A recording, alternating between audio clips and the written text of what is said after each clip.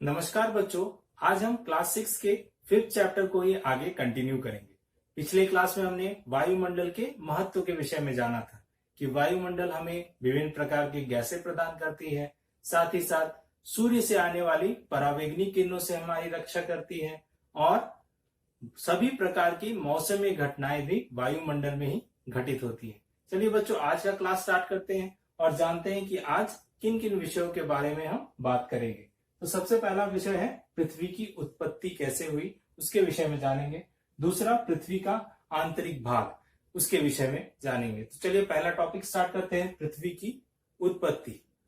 सौरमंडल में पृथ्वी ही एकमात्र ऐसा ग्रह है जहां पर जीवन संभव हो पाया है, लेकिन प्रारंभिक समय में पृथ्वी इस अवस्था में नहीं थी। पृथ्वी में ना ही जल मौजूद था, ना स्थल था और ना ही वायु मौजूद थी। करीबन 500 करोड़ वर्ष पूर्व पृथ्वी एक ज्वलंत अग्निपिंड के समान थी, ठीक इस प्रकार की। लेकिन धीरे धीरे पृथ्वी के तापमान में ह्रास होता गया और पृथ्वी का रूपांतरण होने लगा। उसी वक्त पृथ्वी के ऊपरी भाग में जलवाष्प, धूलकण एवं गैसीय पदार्थ जमा होने लगे, जिसके कारण पृथ्वी के तापमान में और कमी आती गई और अंततः पृथ्वी आज इस अवस्था में पहुंच गई है जहां पर पृथ्वी पर जलमंडल मौजूद है, स्थल मंडल एवं वायुमंडल पाया जाता है और पृथ्वी का करीबन 71% भाग जल से निर्मित है और करीबन 29% भाग पर स्थल भाग देखने को मिलता है। लेकिन पृथ्वी का आंतरिक भाग अभी भी ज्वलंत अवस्था में देखने को मिलता है। करीबन आंतरिक भाग का तापमान 2000 डिग्री से 4000 डिग्री के आसपास देखा गया है। तो आइए जानते हैं बच्चों कि पृथ्वी के आंतरिक भाग की स्थिति क्या है एवं उनकी विशेषताओं के बारे में। पृथ्वी के आंतरिक भाग को 3 हिस्सों में बांटा जाता है, जैसा कि आप इस मॉडल में देख रहे हैं। सबसे ऊपरी भाग को कहते हैं भूपरत, मध्यवर्ती भाग को गुरुमंडल और आंतरिक भाग को केंद्र मंडल के नाम से जाना जाता है। आज हम इनकी विशेषताओं के बारे में बात करेंगे। तो सबसे पहला परत है भूपरत। भूपरत पृथ्वी का सबसे ऊपरी परत है। इसे 2 हिस्सों में बांटा जाता है, एक महाद्वीपीय भूपरत और दूसरा है महासागरीय भूपरत। महाद्वीपीय भूपरत का विस्तार करीबन 35 किलोमीटर के आसपास देखने को मिलता है।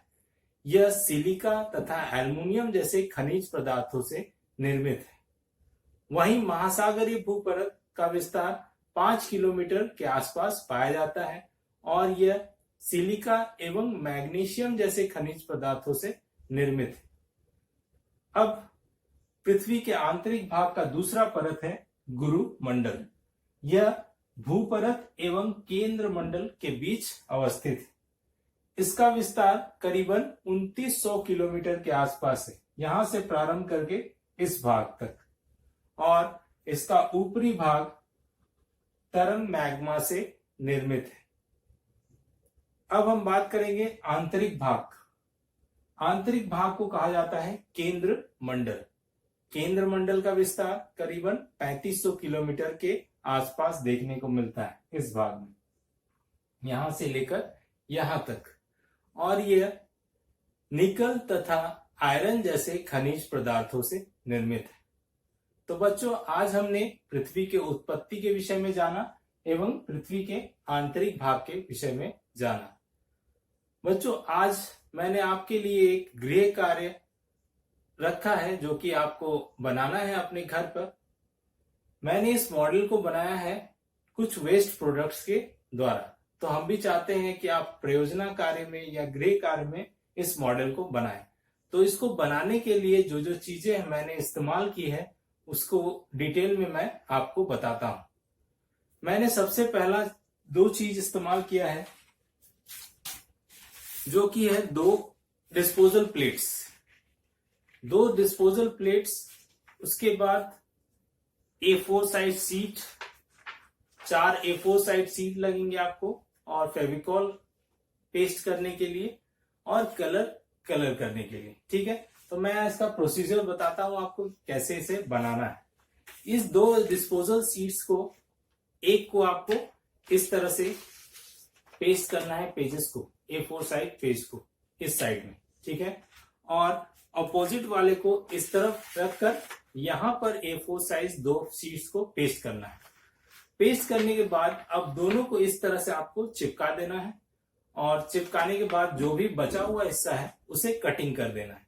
कटिंग करने के बाद ये वाला शेप आपको मिलेगा, ठीक है। अब आपको इस वाले हिस्से को काट कर निकालना है ऐसे करके, ठीक है। अब जो भी हिस्सा बच जाएगा उसको अपने अनुसार आंतरिक भाग के अनुसार कलर करना है और इस ऊपरी भाग को पृथ्वी के ऊपरी भाग के अनुसार। लेबलिंग करने के लिए आप चार्ट पेपर का इस्तेमाल कर सकते हैं, कार्डबोर्ड का इस्तेमाल कर सकते हैं और बन जाने के बाद इसे एक बड़े चार्ट पेपर पे आप पेस्ट कीजिए और उसका हेडिंग अच्छे से मेंशन कीजिए। तो ये आपका प्रयोजनकारी प्रोजेक्ट वर्क है। तो इस दौर पर आप इसको बना सकते हैं और मेरे कमेंट बॉक्स में इसका फोटोग्राफ खींचकर आप पेस्ट कर सकते हैं, ठीक है। धन्यवाद बच्चों, आज के लिए इतना ही। मिलते हैं अगले क्लास में। मेरे साथ ज्योग्राफी की पढ़ाई जारी रखिए।